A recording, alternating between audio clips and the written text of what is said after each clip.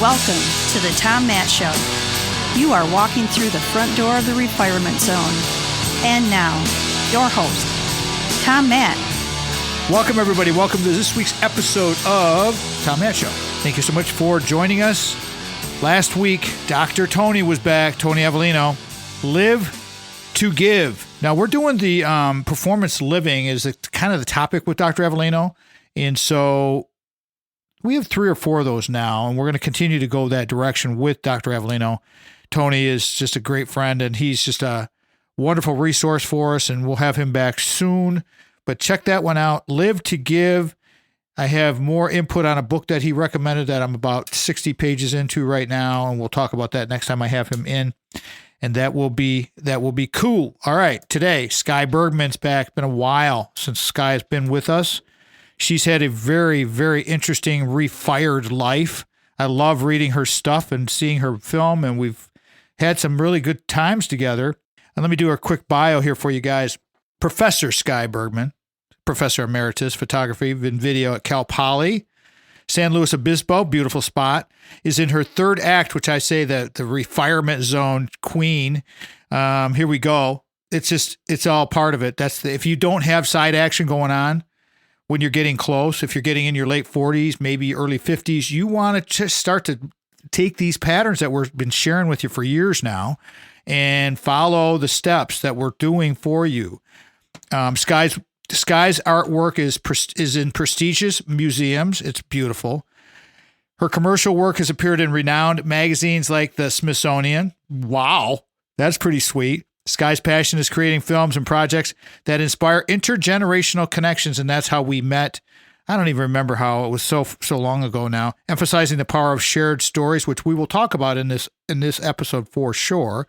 Following her successful PBS documentary, congratulations on that, Sky, Lives Well Lived, which was an awesome film. We got to go to a premiere in Holland years ago. Her book, Lives Well Lived, Generations, distills wisdom from the film.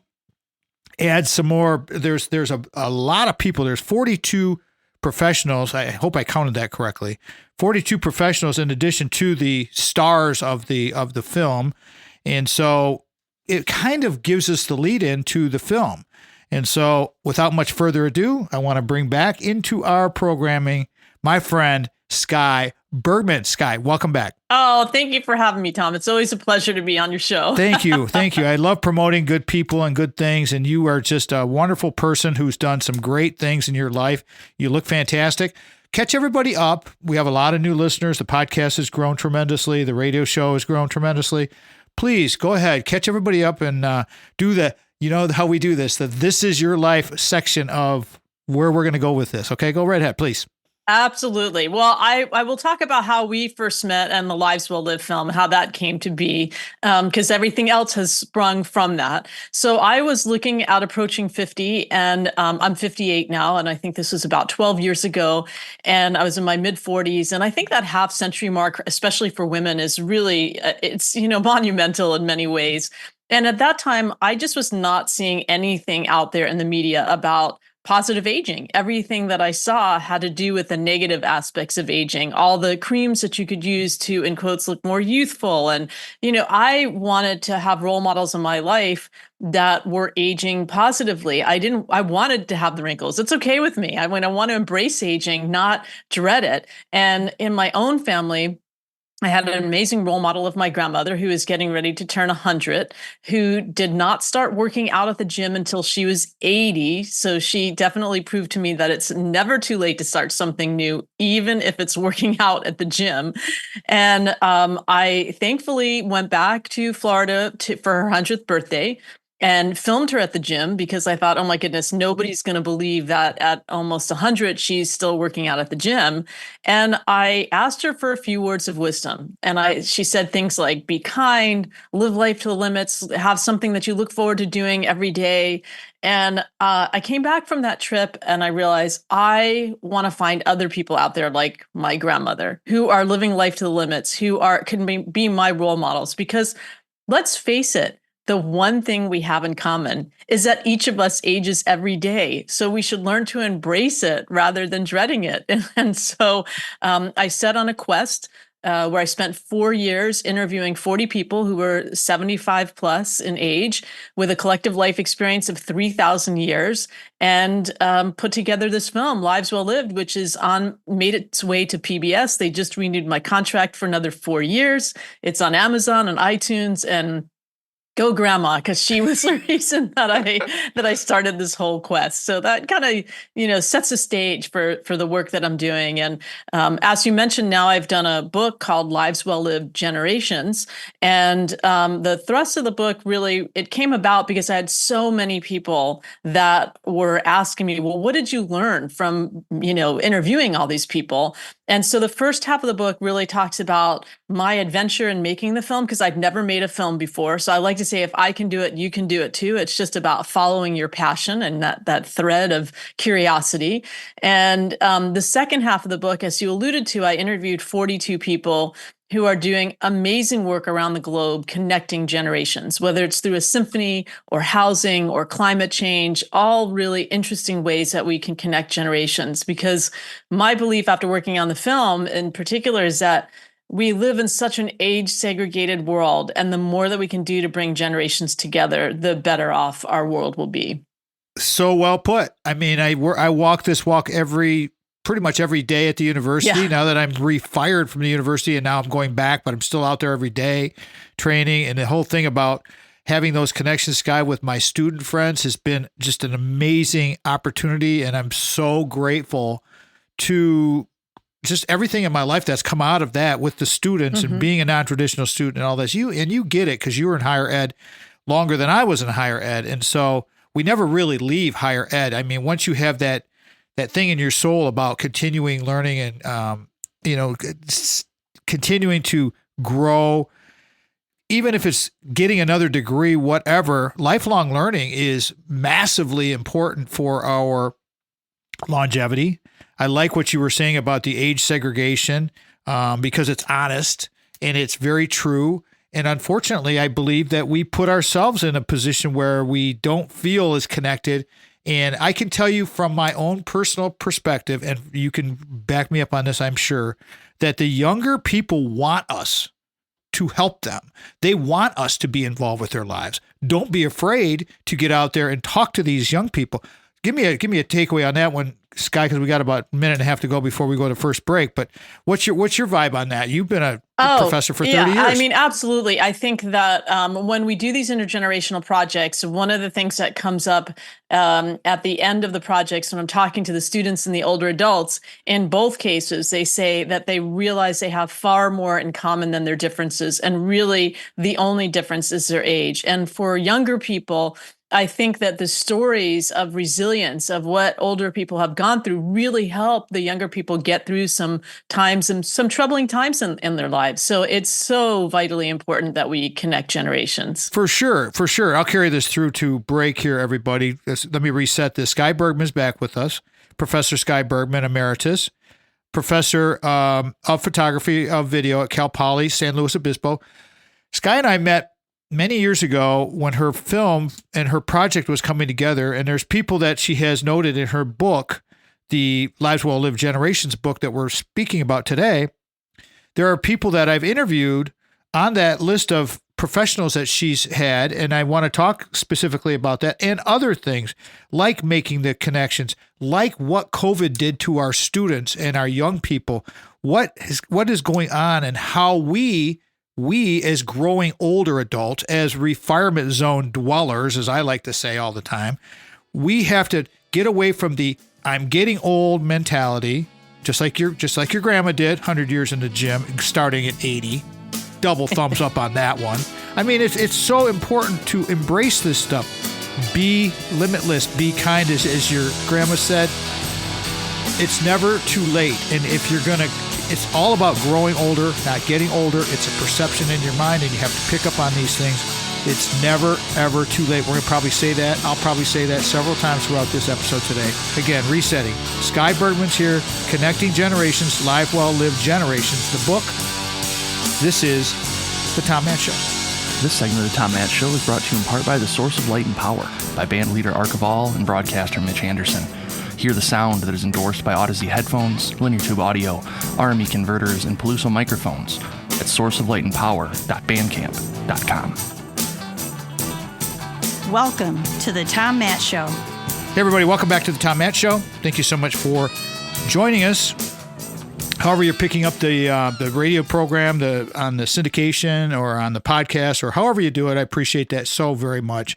Without our sponsors, we can't do this. And it's taken us a long time to get to this point. I was just telling my guest today, Sky Bergman, that we are firmly into our 13th season. This will start our 14th season in October of this coming year, 2024. And so without our sponsors, who I'm so grateful to and for, we cannot do this. Please support our sponsors. First today, segment 2, always first out of the chute, first to ever sponsor me, Craig Stiles, Ameriprise Financial, unbelievable guy. And just again, full disclosure, I have all of our retirement zone savings, Sandy's, mine, it all blended together, of course, with Craig. So I don't have to manage any of that kind of stuff. And I don't have to worry about it. Matter of fact, I made a call yesterday. I needed to get a little bit of money because I got to do a thing at the house. And that's what it's for. And that's why you have people managing these things for you with the right financial advisor. Life can be brilliant. Beism. Call Craig 1-800-528-1355. Local number 517-483-4893. His email, craig.stiles@ampf.com, AMPF, Ameriprise Financial.com. Offices are located at 2651 Coolidge Road, Suite 103, East Lansing, Michigan, the new office, 48823. Stations that have carried us in the past still carry us now. Of course, the Michigan Talk Network is our syndication. Thanks to Steve and Ivy Gruber for having faith in us many years ago to do this. We're still on the Michigan Talk Network. WGHN 92.1 in Grand Haven was the first station to ever carry us on broadcast radio. Thanks to Will Team and Wendy Hart. WGIM 1240 AM is the big stick, the flagship of the Michigan Talk Network. WJRW 1340 in Grand Rapids, WKLQ 1490 Muskegon, WYPV FM 94.5 in Mackinac City, and of course our PBS affiliate at Michigan State University, WKAR AM 870, and simulcast at 102.3 FM, Sundays at 5 o'clock. Again, thank you to Craig Stiles for being our sponsor of segment 2, where he created Decideri Analytics, where we are making light of weighted decisions. He helps our students. He helped a student that I sent over to him. She did her senior cognate. Anya Gerstenberg did her senior cognate and 4-pointed that thing on an analysis of Decideri Analytics.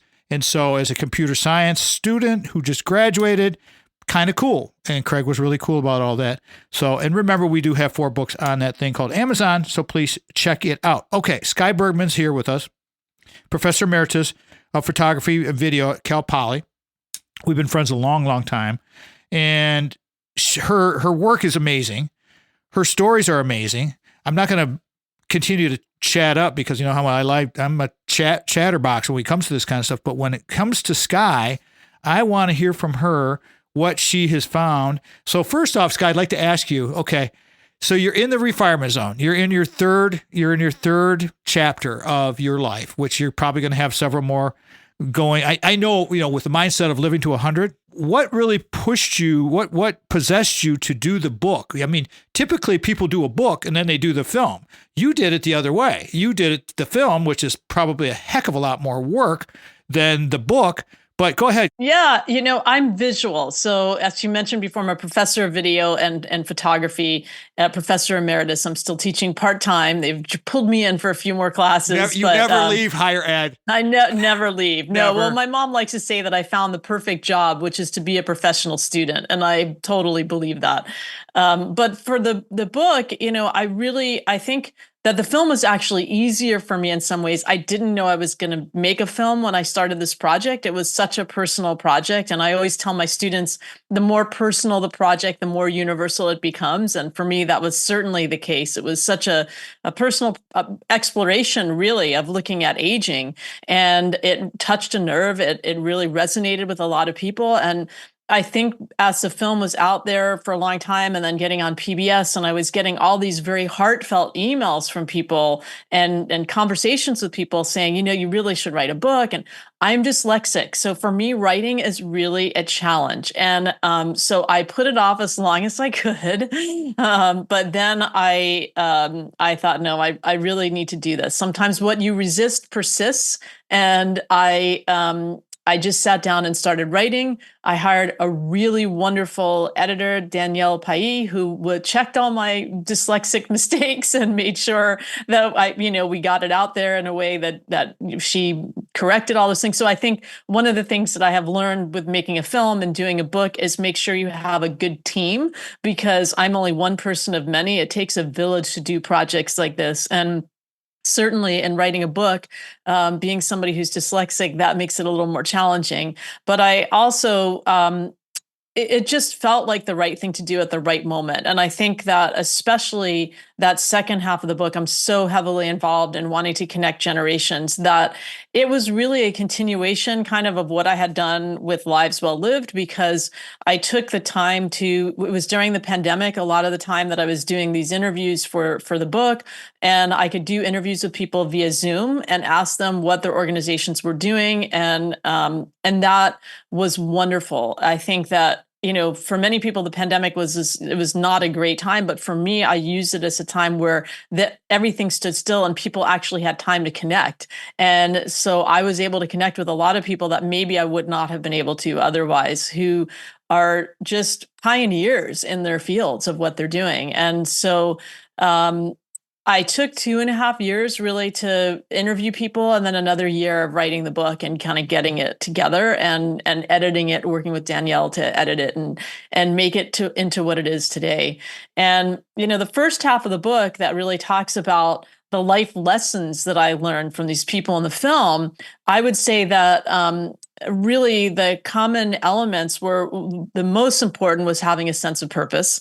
And I think what was interesting was realizing that sense of purpose could change over time. I see that with my college students a lot of times, where if they come in as one major and then they don't know what they want to do, their sense of purpose kind of changes and they're ungrounded until they figure out, they have that aha moment and they realize, no, this is the major that I want to do. And then their sense of purpose comes back again and that drive comes back again. And I think another time that many people experience that loss of sense of purpose is when we reach that, in quotes, retirement mark. I say that because I just retired from teaching. I didn't retire. So I don't like to say the unretirement.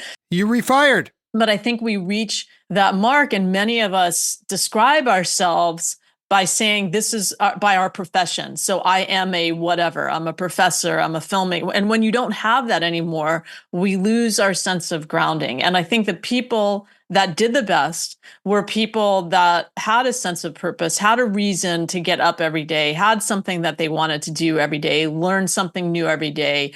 That is what they needed. Well put. We will finish this segment and I will come back and talk more about this, because having a sense of purpose is absolutely the key to everything. But section 1 of the book, Lives Well Lived Generations, is inspiration. And if we don't become inspired in something, we're going to be in trouble. And so then you will start to be unhappy. And the refirement zone doesn't work that way. The refirement zone is all about inspiration. It's all about giving back. It's all about connecting. Again, Sky Bergman's here, connecting generations, lives well lived generations. This is the Tom Mann Show.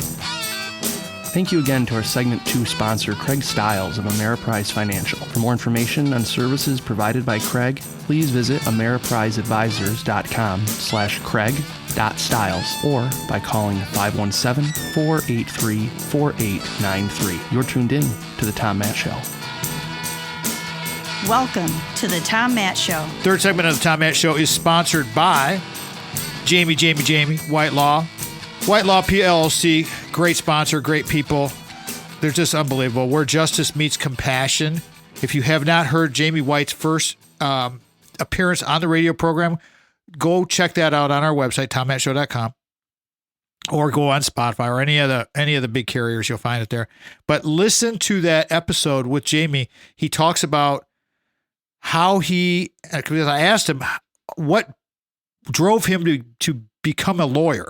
And he said this story about being in a biracial family and how they had an incident in the 70s with his mom and dad at a camping thing or an outdoor cookout or something at a public place. And there was some violence, and it was really, really troubling. And so that was I had no idea we were going to cover that topic when we did that first episode. You want to know more about Jamie White, you need to listen to that episode, because that one will be clearly delivered that how much he cares about you. White Law is our advocate in times of need. He's helped me with calls with other people that I work with all the time. They are there to listen, support, and fight for what you deserve. That's why we love having them as a sponsor. Contact White Law today for a free consultation. WhiteLawPLLC.com, or you can call 517-777-9785. You can also go to our website, TomMattShow.com. At the bottom of the website, we have our sponsors and friends, where you could just click right on through and make it real simple, real easy there. Go find the Law Talk episodes that we've done with Jamie and check those out. Get a good feel for what he does, what his crew does over there. They're wonderful people, and we are very, again, grateful to all of our sponsors. But it's nice to get new people to come in that want to.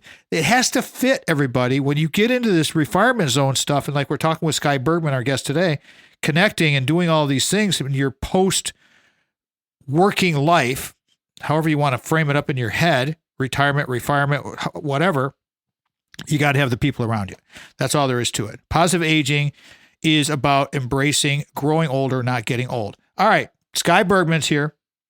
Connecting Generations, Lives Well Lived, Generations, talking about her book. You were inspired to do this book. It took you 4 years. How long did the film take when you did the film, since you're a professor of photography and video at Cal Poly and now emeritus? How long did the film take in relation to just a comparison of the book project? Because that's the thing people don't understand. You have to devote some time to these things, and it's like, it's all good. If you invest in yourself, it's not that big a mountain, but it is doable. Absolutely. I mean, we were talking during the break. If you break it down in a number of hours, I think you might not, and realize how much time you spend on these projects, you might not do them if you know that ahead of time. But on the film, I spent 4 years interviewing all the people in the film, and then another year of editing. So really 5 years.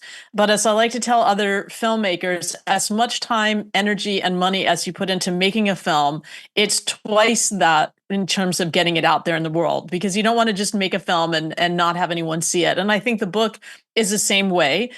So the book, you're doing I'm doing other things while I'm working on the film or working on the book, but certainly I'm lucky that that's not the only thing that I'm doing. Is teaching, I'm doing other projects. I'm working on 2 films right now. And I had a professor who once said, and these are very wise words, multiple streams of interest, multiple streams of income.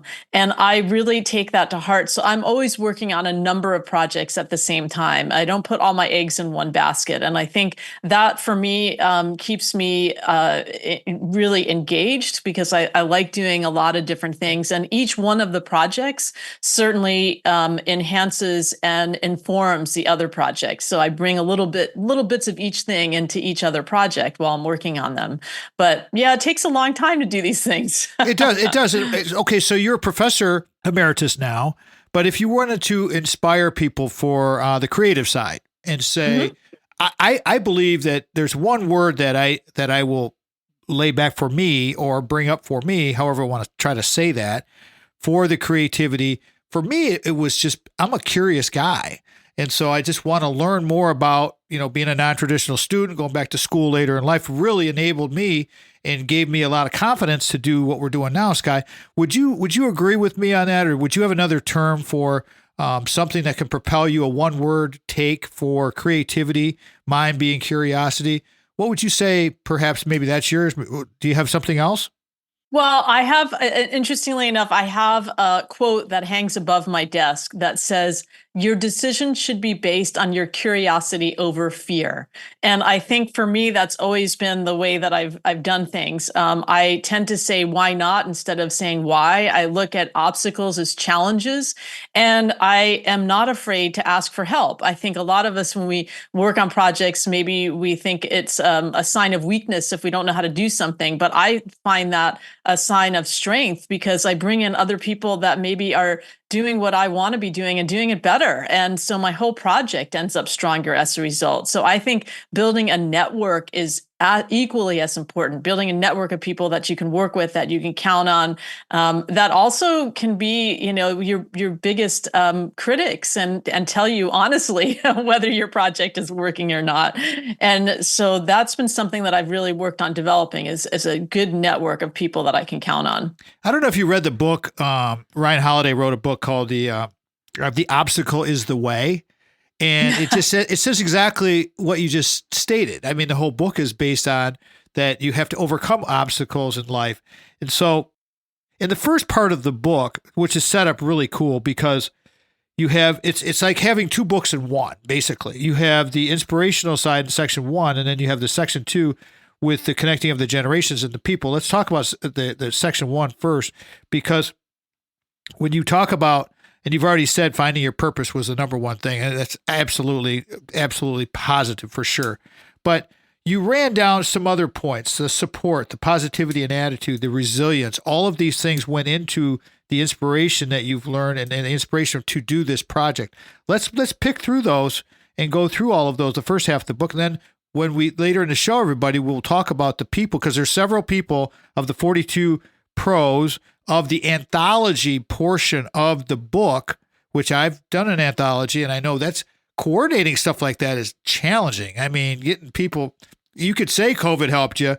Great. It's just getting people to do it is challenging, right? Yes. I mean, so let's start with right after purpose. You had support, positivity, and attitude, and some more other really cool things. Let's talk about the first half of the book.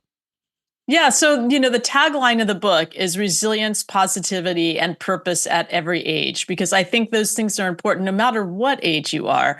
And, we talked about having that sense of purpose. I think the other thing that was equally important was having a sense of community. So feeling like you're part of something. And of course, there's studies now that are coming out that actually the loneliness epidemic, that if you're isolated, it's actually far worse for our health than smoking cigarettes. I mean, let that sink in for a minute. That's pretty amazing that if we're lonely and isolated, it is far worse for our health than smoking a cigarette. That's incredible. And so I think that COVID certainly highlighted that. I see that in my own students at the university, that there is an epidemic of loneliness and social isolation. And so whatever we can do to bring people together, to foster those connections.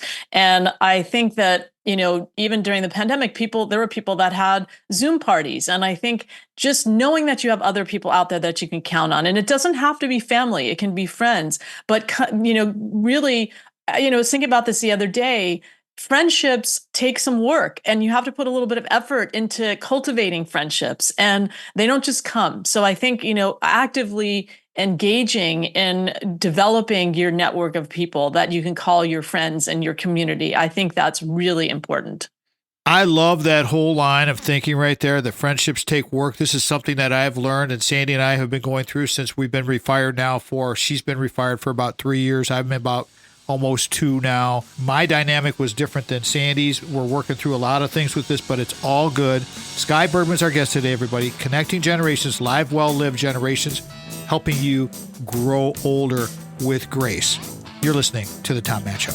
Thank you again to our segment 3 sponsor, White Law PLLC, where justice meets compassion. White Law is your advocate in times of need. We are here to listen, support, and fight for what you deserve. Contact White Law today for your free consultation. Visit us at whitelawpllc.com or call 517-777-9785. This is The Tom Matt Show. Welcome to the Tom Matt Show. I am so fortunate to have some of the best sponsors around. The fourth segment of the Tom Matt Show is sponsored by Brock Fletcher, Mike Dedman. Mike Dedman called me the other day. he was our buyer's agent when we bought Little House Lansing. And of course, you guys know the story of Brock and the trust and everything that we've done together, and been with us for years now with supporting our show. Next to Craig, he's our second longest sponsor, but he helped us sell Big House Holt, and Mike Dedman, who works with Brock on their team at the selling team of Keller Williams Realty. He was the guy, and he reached out to me, and I, after I talked to him for a few minutes, and it's been a minute since I've talked to Mikey Dedman, I said, Mike, what do I deserve the honor of a call from you? And he said, Tom, I just hadn't talked to you in a while. I just want to talk to you.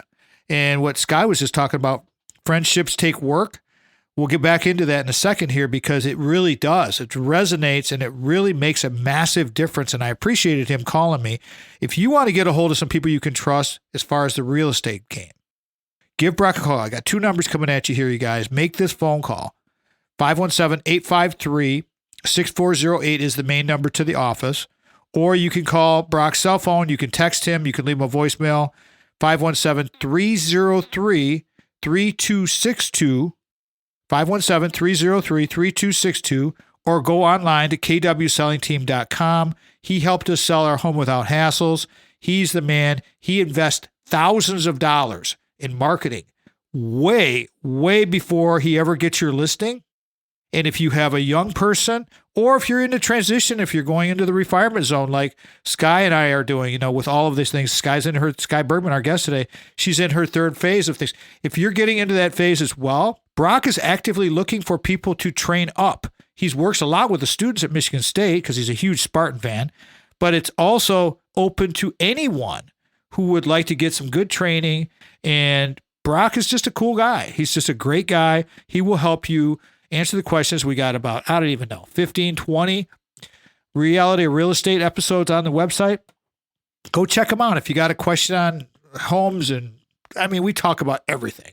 And it's awesome to talk to our friends and all of these different topics. Just like my guest today, Sky Bergman, Connecting Generations, Lives Well Lived, Generations, talking about her new book. Congratulations on that, by the way, Sky. I'm very, very happy for you. Friendships take work. We're talking about this in the previous segment.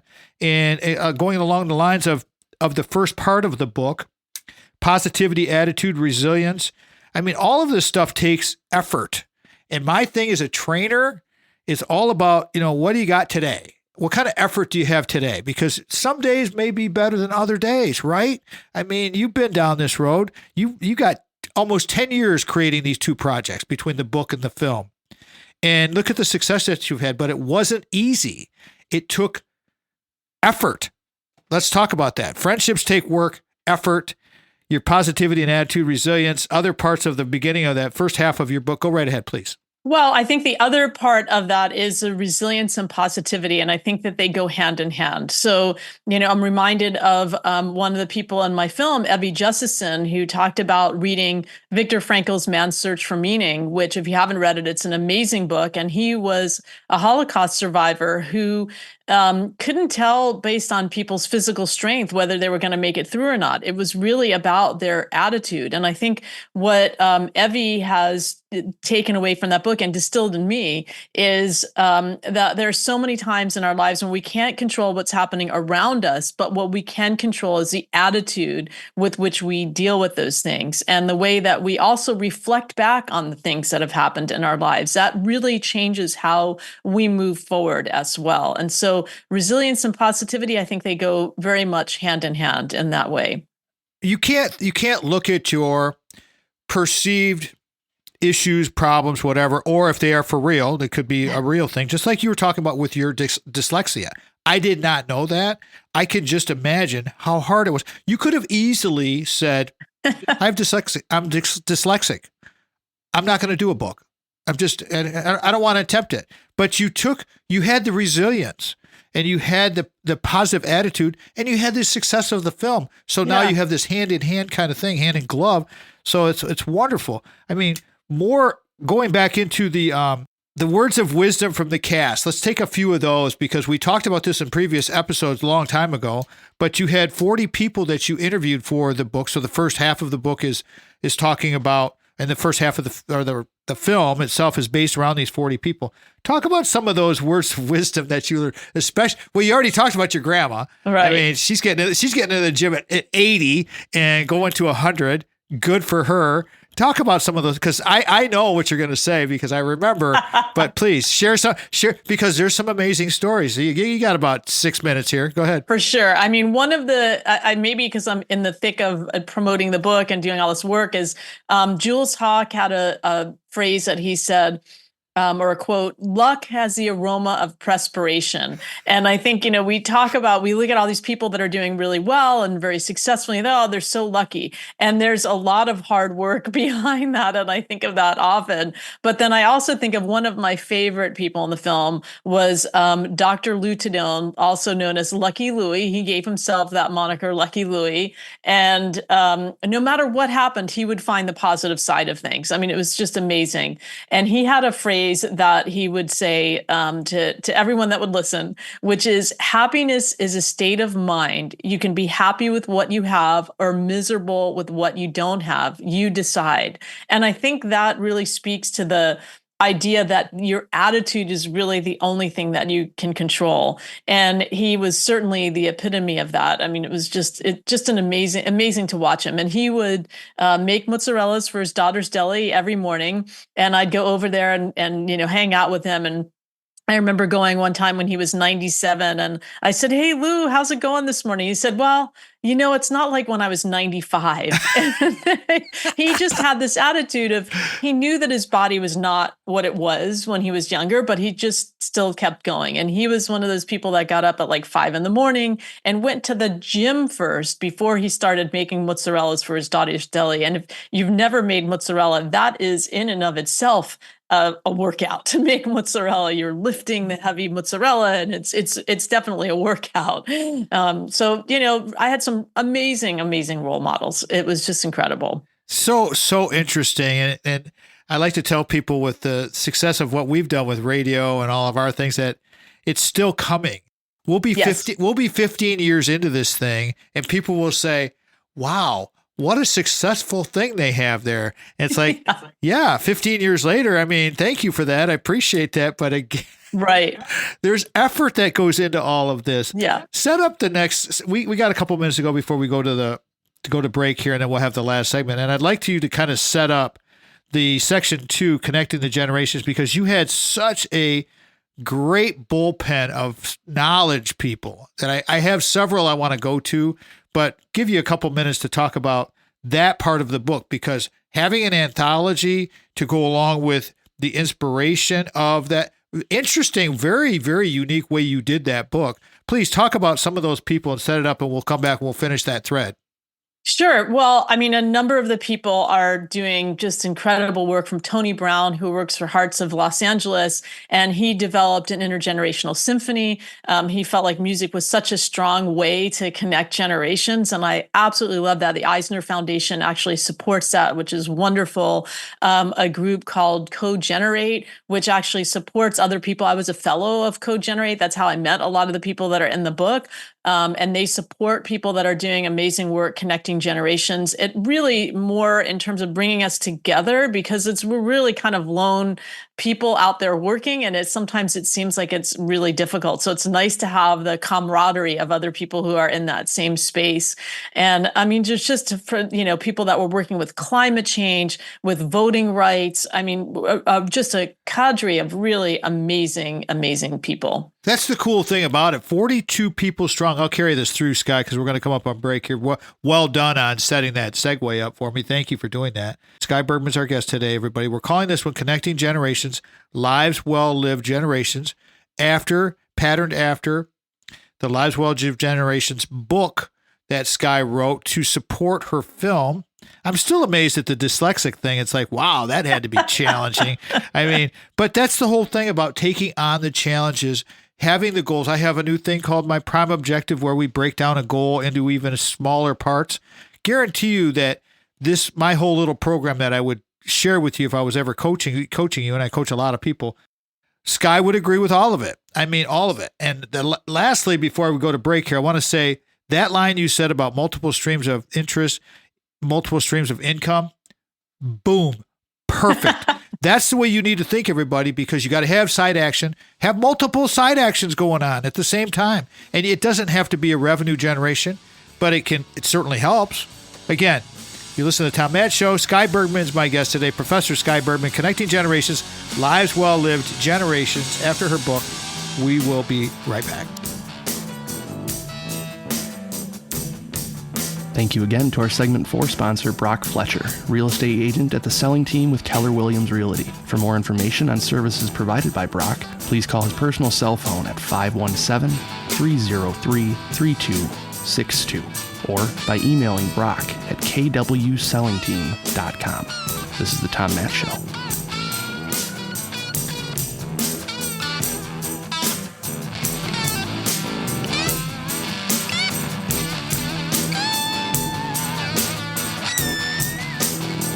Welcome to the Tom Matt Show.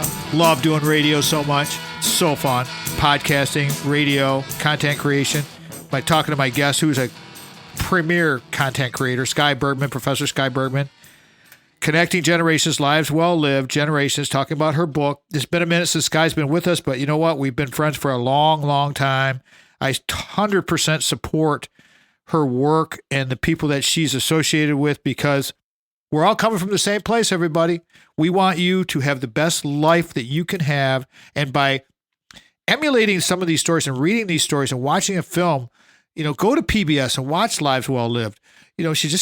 Sky told us she just got renewed for four more years. That's so fantastic. It's so great. Because I remember when Sky was out there hustling to promote her film, and she was still working full time, just like we were doing with radio. We were just working full time and doing our side action, and that's how you got to do it. I mean, it's just, there's no other way of doing these things. If you want more information about me and Sandy and all of that, just go to tommattshow.com, the website, and check out everything's there. The YouTube stuff's there, the TikTok's there, the Instagram, all of it's there.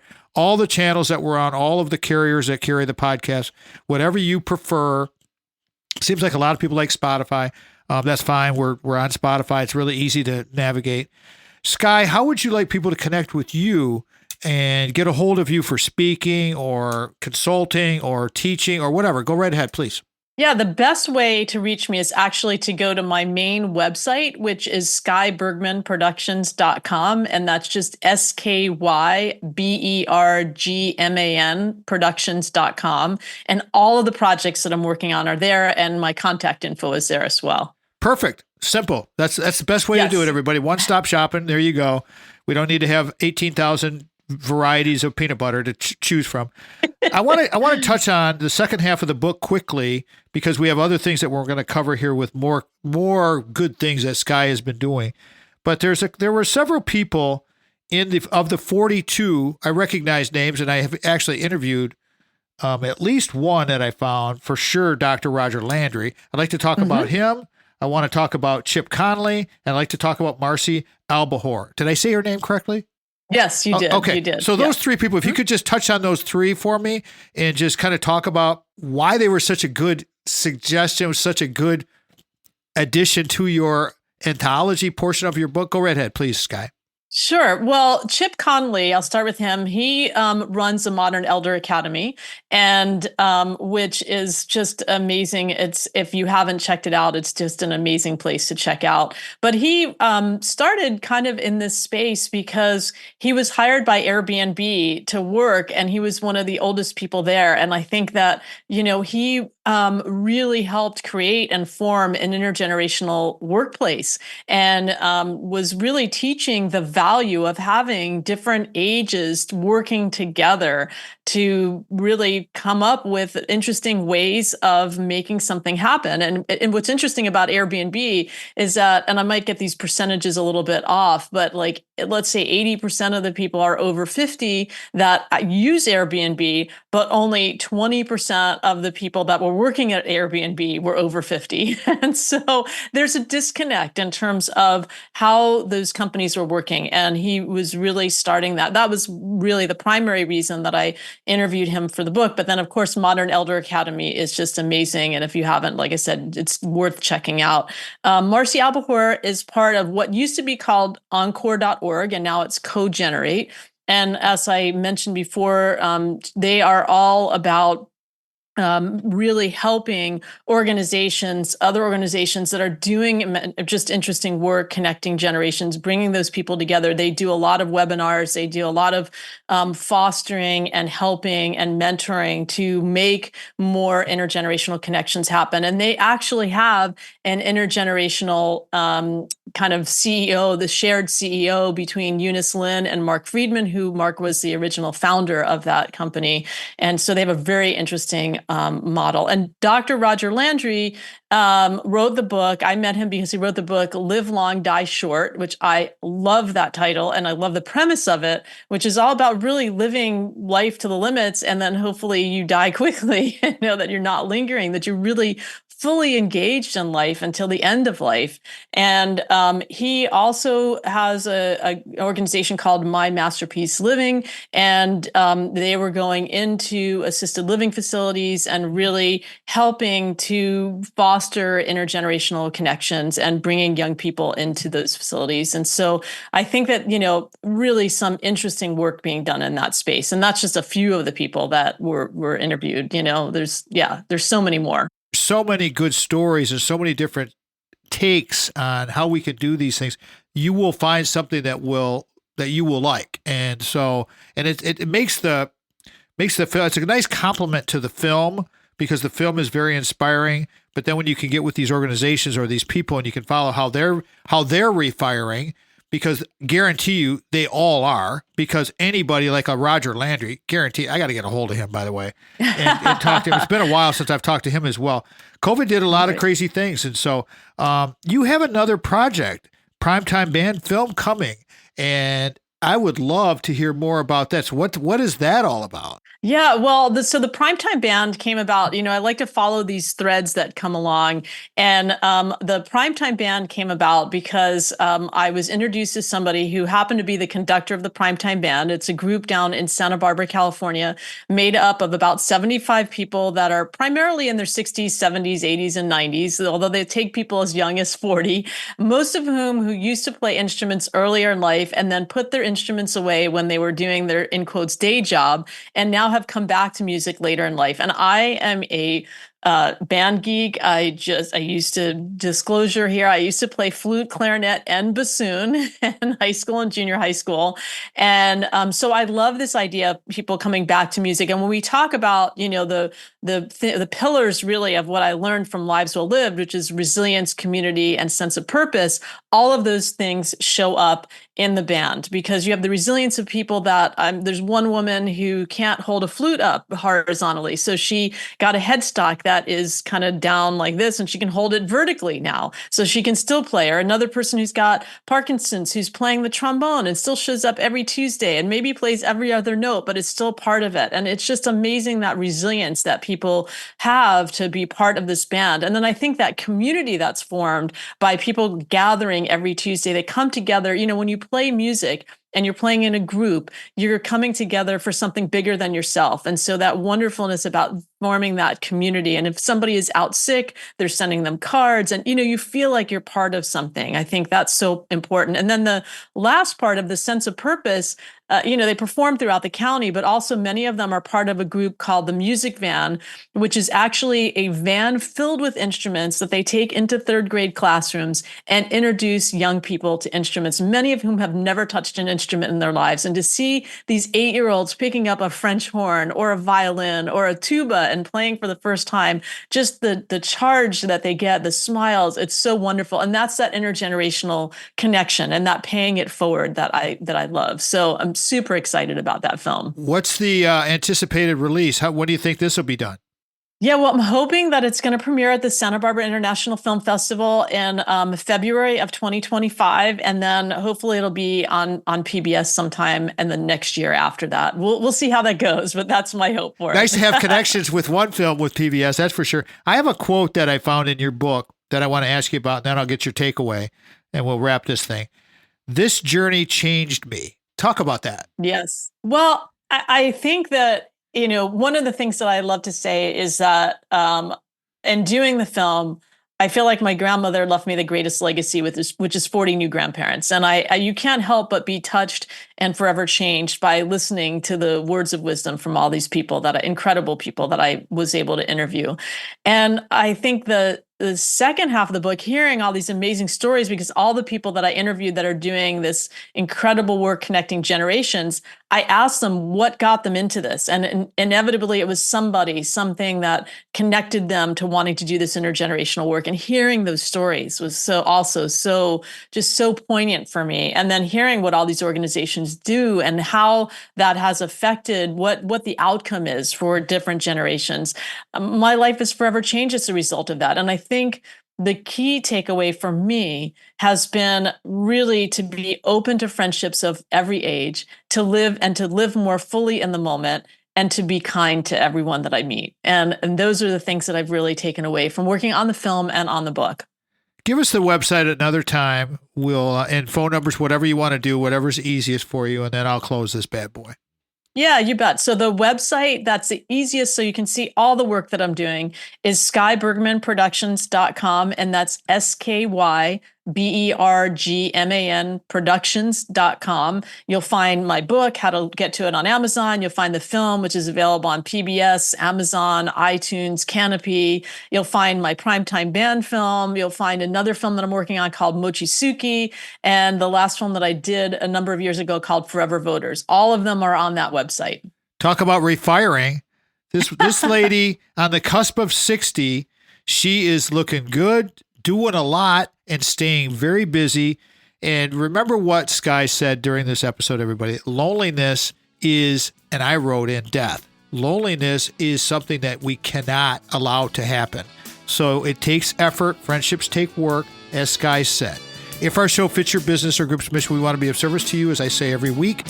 Please contact us up via the website, TomMattShow.com. Always remember, before you can share love with others, you must love yourself first. Again, thank you to Sky Bergman and all of her great work. She's helping so many people out there. Sky, thank you so much. Oh, my pleasure. Thank you for having me. My pleasure. My pleasure. Sandy, Matt, Craig Stiles, Brock Fletcher, Jamie White. We will talk to everybody next weekend. Have a great week, everybody. Go out and ignite your life. Remember that the Tom Matt Show is a production of Boomers Rock Media. And lastly, I'd like to say thank you to our production staff, Vanessa and Mitch Anderson. You two are the bomb. You've been listening to the Tom Matt Show. We're out. The Tom Matt Show is produced by Mitch Anderson of Black Circle Studios. Original music from The Source of Light and Power by The Ark of All.